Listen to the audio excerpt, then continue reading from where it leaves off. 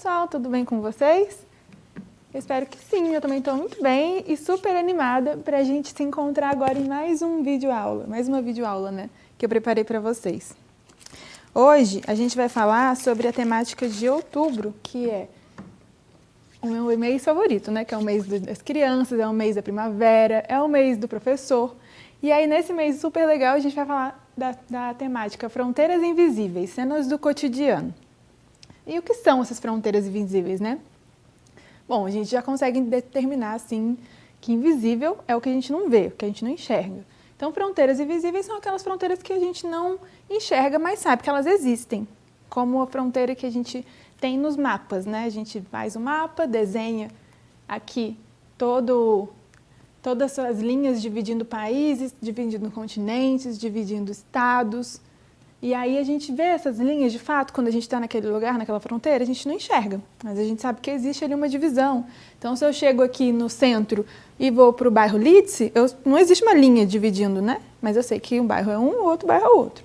E aí eu trouxe esses mapas aqui, que vocês devem estar pensando, nossa, que mapa diferente, de cabeça para baixo, a professora ficou doida. Eu falei, não fiquei doida. O que acontece? Esse mapa aqui, gente, é o mapa decolonial, é um mapa que traz a perspectiva do mundo com um olhar das minorias, né? Um olhar, na verdade, dos países que foram colonizados. Então, a gente tem não uma mania, mas a gente tem um costume de olhar sempre pelo olhar do colonizador, que é aquele país que chegou e invadiu aquele lugar e tomou a posse daquelas terras. E aqui a gente está dando visibilidade para os países que foram colonizados e mostrando aqui a cultura de cada um.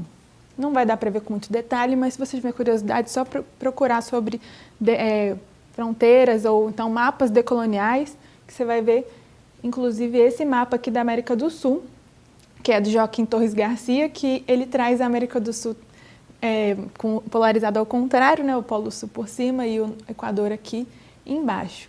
Por quê, gente? Isso aqui também é muito legal, por que o mapa está ao contrário? Porque a gente não sabe qual é o lado certo, não existe lado certo, a gente está no meio do universo, né? O planeta ele não está de um lado correto ou do outro. As fronteiras invisíveis, quem criou foram os humanos, né? Então, é interessante a gente ver de uma forma diferente do que a gente está habituado, né? Mas continuando falando de fronteiras, a gente vai entrar agora numa outra fronteira. Eu trouxe esses livros aqui, ó, que na verdade é o mesmo livro, só que capa diferente, porque eu gostei muito das duas, que é um livro chamado Viagem ao Centro da Terra. E por que tem a ver com fronteira isso, professora? Ó, quando a gente pensa no centro da Terra, a gente pensa que existem camadas. Dá para entrar no centro da Terra? Dá para a gente passar por dentro da Terra? Quando eu era criança, eu acreditava que se fosse um buraco, a gente saía no Japão, mas não é assim que funciona, né?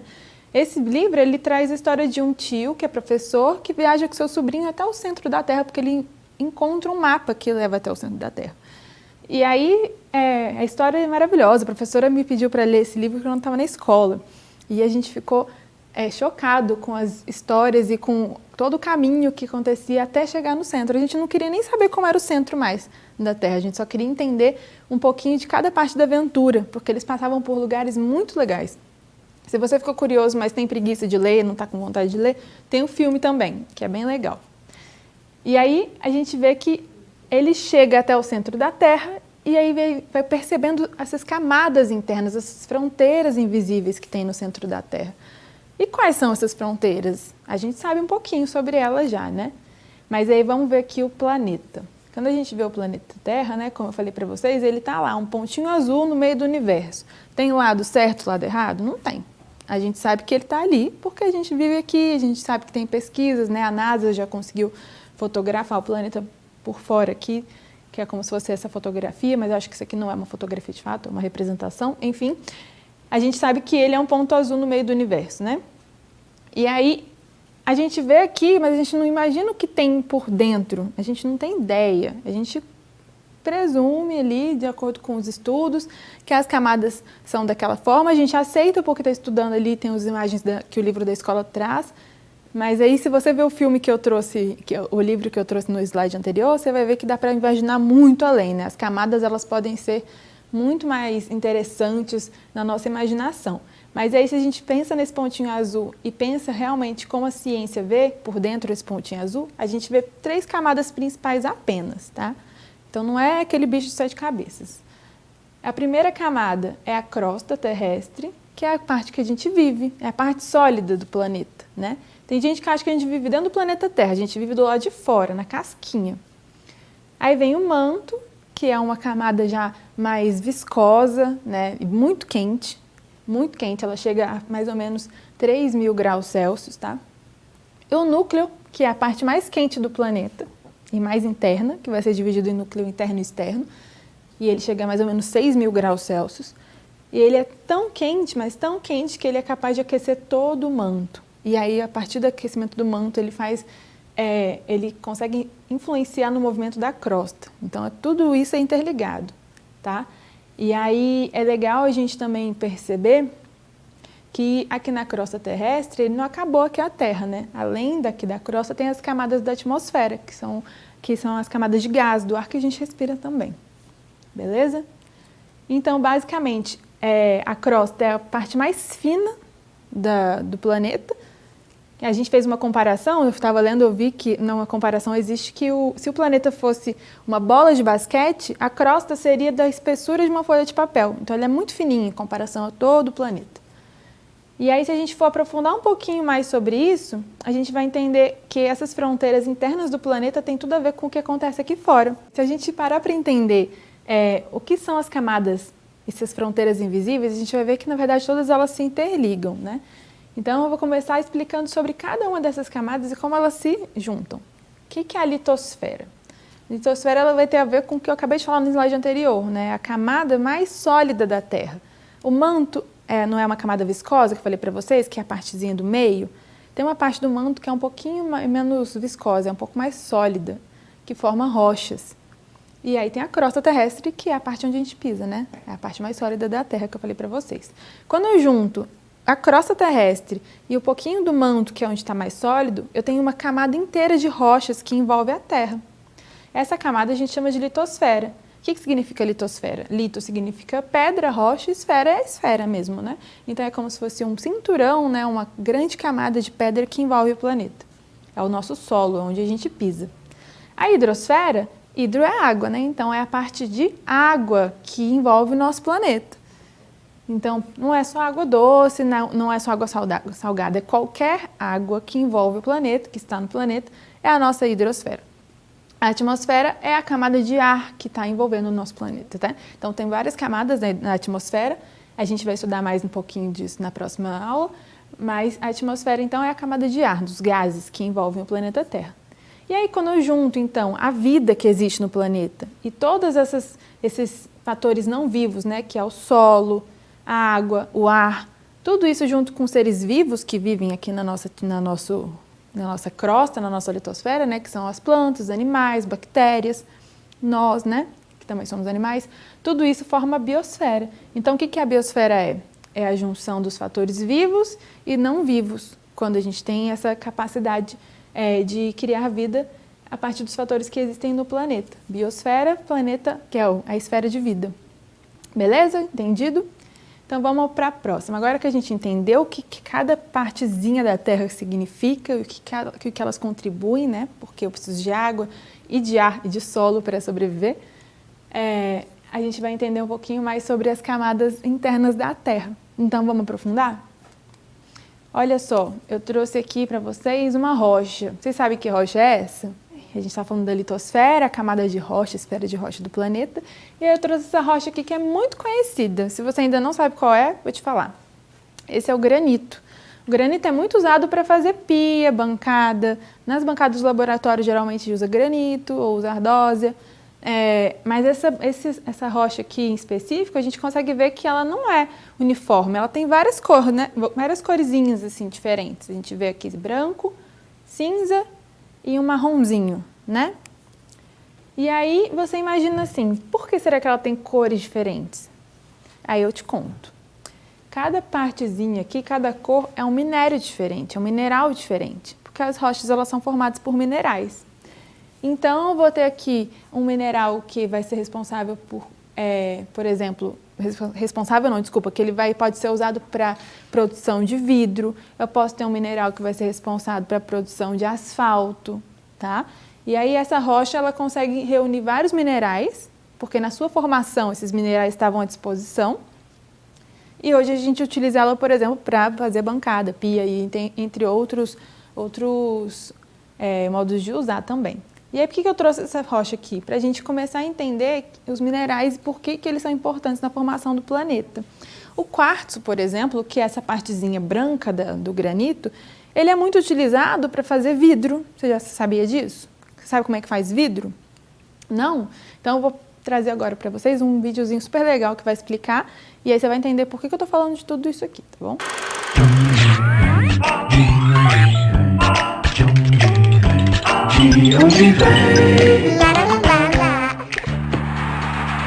Guto passa pra Kika, Kika devolve com classe pra Guto. O craque lança de cabeça pra Kika, que dribla uma árvore, que cruza pro Guto, que chuta de primeira e...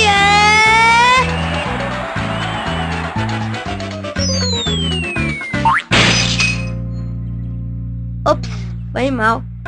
Guto, você quebrou o vidro da Dona Gumercinda. Tudo bem, garotão. Mas é bom providenciar um vidro novo, que eu não posso tomar friagem. Ué, mas de onde vem o vidro? Do vidraceiro, ora bolas. Boa resposta. Mas ela não entendeu a minha pergunta, Guto. Mas eu entendi, Kika. Quem é que falou? Eu. Meu nome é Caco. Caco de quê? De vidro é. Vou contar de onde eu vim. O vidro é muito antigo. Ele existia bem antes do aparecimento do homem na Terra. Quando um raio de sol atinge a areia da praia, ou o calor de um vulcão esquenta as rochas, a própria natureza se encarrega de fabricar pequenos pedacinhos de vidro. O homem ficou tão fascinado com a descoberta do vidro que foi inventando novas receitas para fabricá-lo. E hoje, o homem não pode viver sem o vidro. Ele está nos carros, casas, lâmpadas, televisores, prédios, óculos. Embalar comidas, bebidas e remédios é uma especialidade do vidro, pois ele não passa gosto para os alimentos. A receita para fabricar vidro é simples. Primeiro, a mistura dos ingredientes: areia, soda e cal.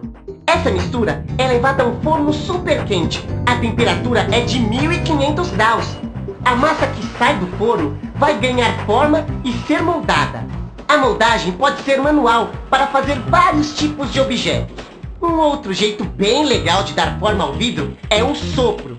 O vidreiro sopra a massa através de um cano até formar uma bolha. A bolha é modelada com instrumentos para fabricar peças artísticas, lâmpadas ou garrafas. Mas a modelagem das garrafas do refrigerante que vocês bebem é feita com máquinas super modernas. Dá só uma olhada.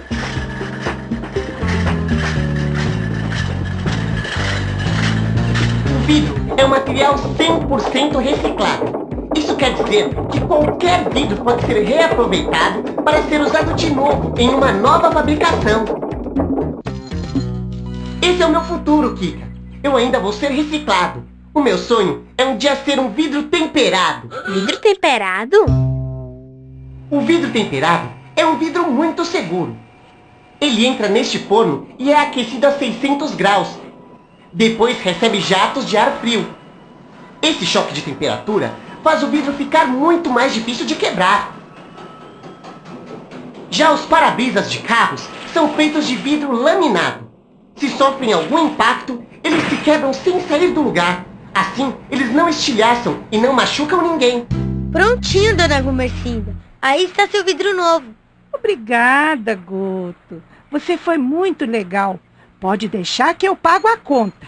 Mas nada de bola, hein? Fique tranquila, Dona Gumercinda. Este vidro é temperado. Uau!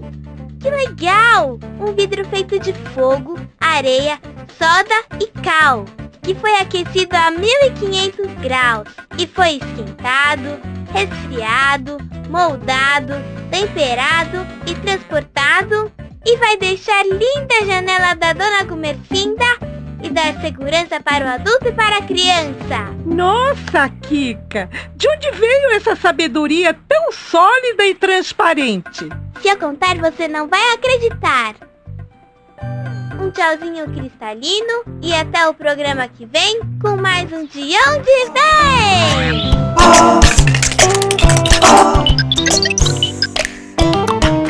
Aposto que você achou super legal, né? Saber que o quartzo, ele tem relação com a fabricação de vidro. E aí, como eu falei para vocês, no caso do granito, não tem só quartzo, né? Ele tem mica e feldspato, que são 2 outros minerais. São 3 no total, totalizando formando essa pedra tão bonita, cheia de cores diferentes. Então, já que a gente viu o quartzo, que ele é relacionado com a produção de vidro, a mica é relacionada com a produção de resistência de ferro de passar roupa, por exemplo. Ela trabalha muito bem a eletricidade. Enquanto o feldspato, ele trabalha muito bem na parte da cerâmica, de fazer, por exemplo, vasos, né, ornamentos ali, que são a parte mais artística. Então, pessoal, como você vê que ela tem diferentes composições, né, ou seja, ela tem minerais diferentes se unindo e formando essa rocha, a gente pensa, então elas devem ter vindo de lugares diferentes, né? E sim, elas vieram de lugares diferentes. E aí a gente vai entender como é que acontece essa formação agora. Bom, gente, a gente vai ver que são 3 principais tipos de rochas que a gente vai estudar na escola, né? Os 3 principais tipos, por quê? A gente vai ver que são 3 formações diferentes. Lembra que eu falei agora para vocês? Que são rochas diferentes porque vêm de lugares diferentes? A primeira rocha, a gente acabou de ver, é um granito, né? Só que aqui ele está com uma coloração diferente porque os minerais que estão formando ele são um pouco diferentes, tá? A magmática, gente, é uma rocha que ela vem, como o próprio nome já diz, do magma. O que é o magma? É aquele líquido viscoso, né? Aquela composição viscosa que está no manto, na parte mais interna ali do planeta, entre o núcleo e a crosta. E aí o magma, você já deve ter associado aí na sua cabeça, né? O magma vira o quê? Quando ele sai para a crosta terrestre? Ele vira lava. É o material que preenche os vulcões. Então, quando o vulcão está em erupção, ele solta o quê? Ele espelha o quê? O magma. E aí esse magma que vai ser expelido do vulcão, ou que vai ficar ali dentro do compartimento do vulcão e vai resfriar lá dentro, que pode acontecer também, quando o vulcão não entra em erupção, ele vai se resfriar, esse magma ou essa lava, e vai formar uma rocha magmática. E aí depende do que tem ali em volta dele que vai formar uma rocha diferente. Pode formar um granito, mas pode formar também um outro tipo de rocha magmática, como basalto, por exemplo. Depende do que tem ali ao redor, à disposição, para formar aquela rocha. É igual um bolo, gente. Pensa numa receita de bolo. Se você tem chocolate, você faz um bolo de chocolate. Se você tem laranja, você faz um bolo de laranja. Se você tem coco, faz um bolo de coco. Cada lugar do planeta tem minerais diferentes naquele solo. Então, cada tipo de formação rochosa vai depender dos minerais que eu tenho ali à disposição. A rocha sedimentar, você consegue ver várias linhazinhas formando o corpo da rocha. Por quê? O que acontece? Ela é formada de sedimentos. Sedimentos são pequenos fragmentos de alguma coisa que eu tenho. No caso, vai ser de rocha mesmo, que a gente está falando de rocha, né? Então, a rocha sedimentar, ela nada mais é do que a reciclagem das rochas. Por exemplo, vamos ver aqui um exemplo cotidiano. Se você está num lugar que chove com muita frequência, então essa chuva ela está ali fazendo algum tipo de consequência, vai ter consequência essa água caindo com muita frequência no mesmo lugar. Ou então, um exemplo melhor ainda, uma praia, né, que está ali recebendo ondas, batendo todo o tempo. E aí, além das ondas, tem o quê? Tem a brisa, tem chuva que cai, né? Tem o sol batendo a todo tempo. Tudo isso, gente, causa um processo chamado intemperismo, que é quando a gente vai sedimentando mesmo aquela rocha, tornando ela cada vez menor, os grãos estão ficando cada vez menores. Vira areia, por exemplo, que a areia nada mais é do que uma rocha fragmentada, desculpa. E aí a rocha sedimentar, o que acontece? Todos esses fragmentos vão sendo depositados no solo, um em cima do outro, como se fossem várias camadas, por isso essas linhazinhas. E aí, com o tempo, passando milhões de anos, muita pressão ali acontecendo em cima daquela rocha, né? Porque o solo vai sendo depositado por cima, forma-se essa rocha aqui sedimentar, que nada mais é do que vários outros tipos de rochas que foram erudidas ali, né, pela chuva, pelo vento, e formaram essa rocha aqui, que é super bonita. Se vocês procurarem na internet Grand Canyon lá, que é aquele lugar maravilhoso nos Estados Unidos, você vai ver que a formação dele é toda de rocha sedimentar. São rochas muito alaranjadas e cheias de linhazinhas, né? E aí, gente, a última rocha aqui, mas não menos importante, é a rocha metamórfica. O nome metamórfica, ele traz o significado de mudança, de transformação, tá? Então, é uma rocha que foi transformada. Por que ela foi transformada? Alguma coisa, algum fator ambiental, muita pressão, alta temperatura, ou então um deslizamento ali de crosta, ali da placa tectônica, que a gente vai ver nos exercícios. Vocês já estão vendo nos exercícios também, né? Então, gente, todas essas transformações mais impactantes, né, de altas temperaturas e alta pressão, elas fazem com que as rochas, elas mudem seu formato, mudem ali a sua... Não os minerais são os mesmos, mas a sua conformação ali vai ser diferente.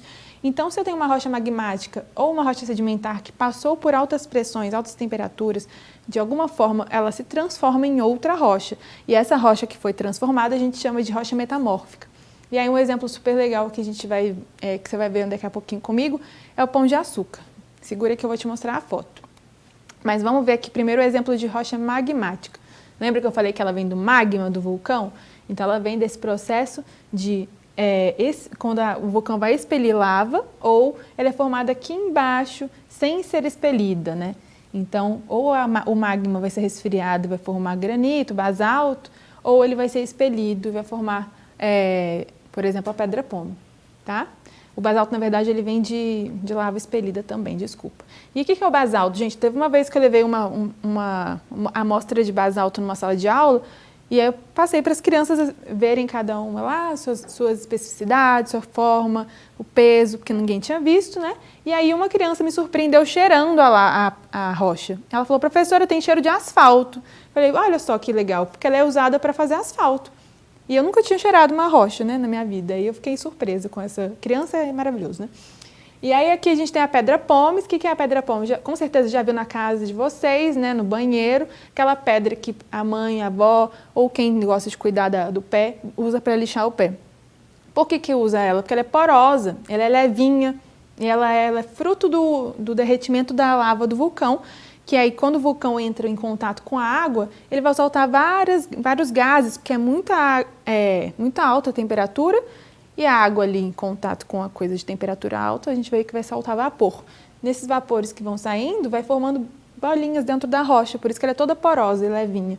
Então, ela nada mais é do que a espuma do magma, né? E aí aqui a pia que eu falei para vocês, que é feita pelo granito. Tudo isso aqui é rocha magmática. A gente vê todo dia e veio do vulcão, olha que legal.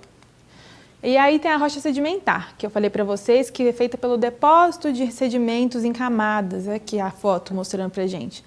Chuva desgasta as rochas, aí a enxurrada transporta os detritos pelo rio, que vai fazendo as camadas de rochas sedimentares. Depois de anos e muitos anos, pressão e tudo mais, vai formar a rocha sedimentar. E essa foto aqui do lado é o calcário, que a gente utiliza muito na construção civil, né?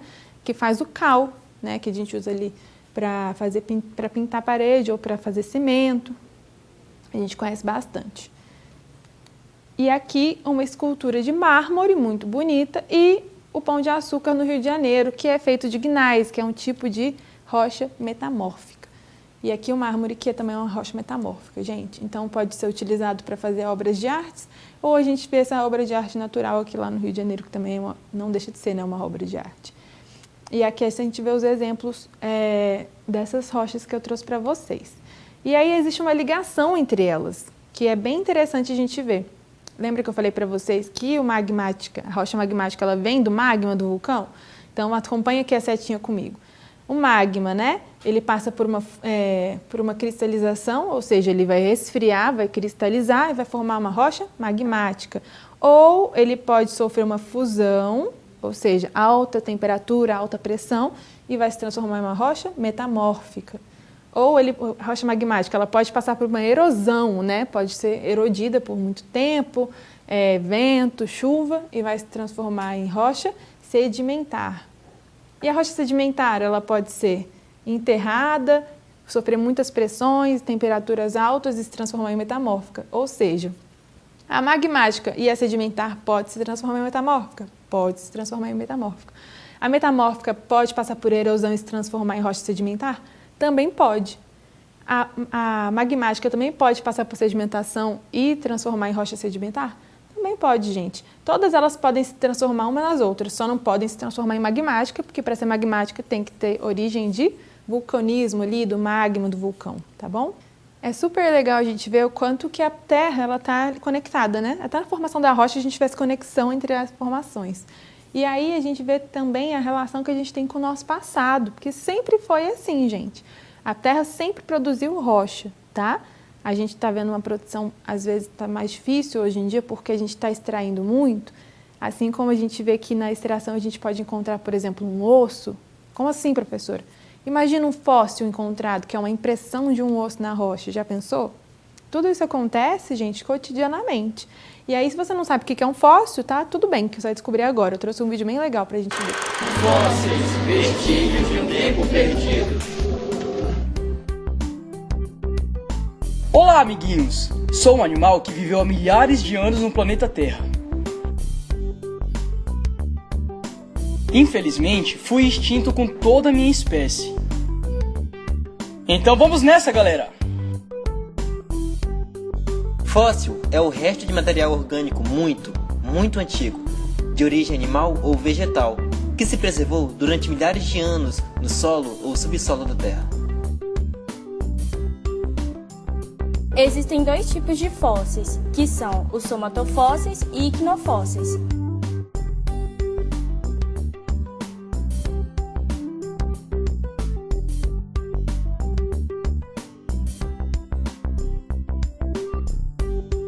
O organismo fossilizado vivo, como por exemplo folhas, ossos, dentes, entre outros, é chamado de somatofóssil. E existem vestígios dos seres vivos, como por exemplo fezes, pegadas e rastros. Esse é chamado iquinofóssil. Qual a importância dos fósseis? Os fósseis são de grande importância para a ciência, sendo material de estudo da paleontologia, além de serem os principais vestígios da evolução biológica. Com os fósseis podemos compreender como era o planeta há milhares de anos, possibilitando reconstruir ambientes e reconhecer espécies atualmente extintas. E onde encontrar os fósseis? Ahá! Acharam que era a minha mão, não é mesmo? Os fósseis são normalmente encontrados em rochas sedimentares. Os principais sítios arqueológicos encontram-se em Machu Picchu, no Peru, em Petra, na Jordânia, Angkor Wat, no Camboja, Teotihuacan, no México, Luxor, no Egito, Éfeso, na Turquia, Acrópole de Atenas, na Grécia, Chichén Itzá, no México, Persépolis, no Irã e Tikal, na Guatemala.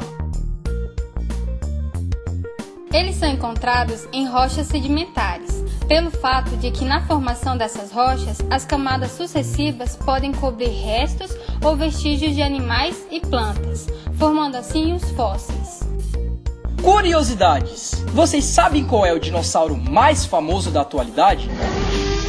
Se você disse o Tiranossauro Rex, você acertou em cheio! Ah, e essa foi muito fácil. Será que vocês acertam qual o mais perigoso? Spinosaurus aegypticus, ou em português, o espinossauro, o maior predador carnívoro e o primeiro dinossauro semiaquático conhecido. Por hoje é só, galera. Obrigado pela atenção e até mais! Legal saber como é que os fósseis, né, eles têm uma ligação com o nosso passado e a gente vê a evolução acontecendo. Eles mostram que existiam animais que não existem mais no nosso planeta, mas ele tem uma comprovação de que eles existiam. E tudo isso gravado nas rochas, que a gente acabou de ver como são importantes no nosso dia a dia, né? E aí você deve estar pensando, professora, se demora milhões de anos para as rochas se formarem e a gente usa todos os dias no nosso cotidiano, a conta não fecha, né? Realmente não fecha. Por isso que a gente tem que ter cada vez mais o consumo consciente, porque isso aqui, que a gente viu agora, todas essas rochas, a formação, quando a gente retira isso da natureza, a gente está fazendo um tipo de uso de recursos naturais, né? No caso, recurso mineral, que a pedra, a rocha é um minério, né? Mas os recursos naturais que a gente tem, a água, né? Os alimentos, animais que a gente consome, as rochas, entre outras coisas que o planeta dá para a gente, tudo isso a gente tem que ter consciência na hora de consumir, porque a gente usa como se não tivesse amanhã, como se não fosse acabar, só que vai. E aí os recursos minerais, recursos naturais, eles podem ser renováveis ou não renováveis. A gente vai ver um pouquinho mais sobre isso nos exercícios do PET, tá? Lá no portal Escola em Casa. Então, você vai acompanhando comigo. E aí a gente também, vou deixar vocês agora com um exercício de reflexão, tá?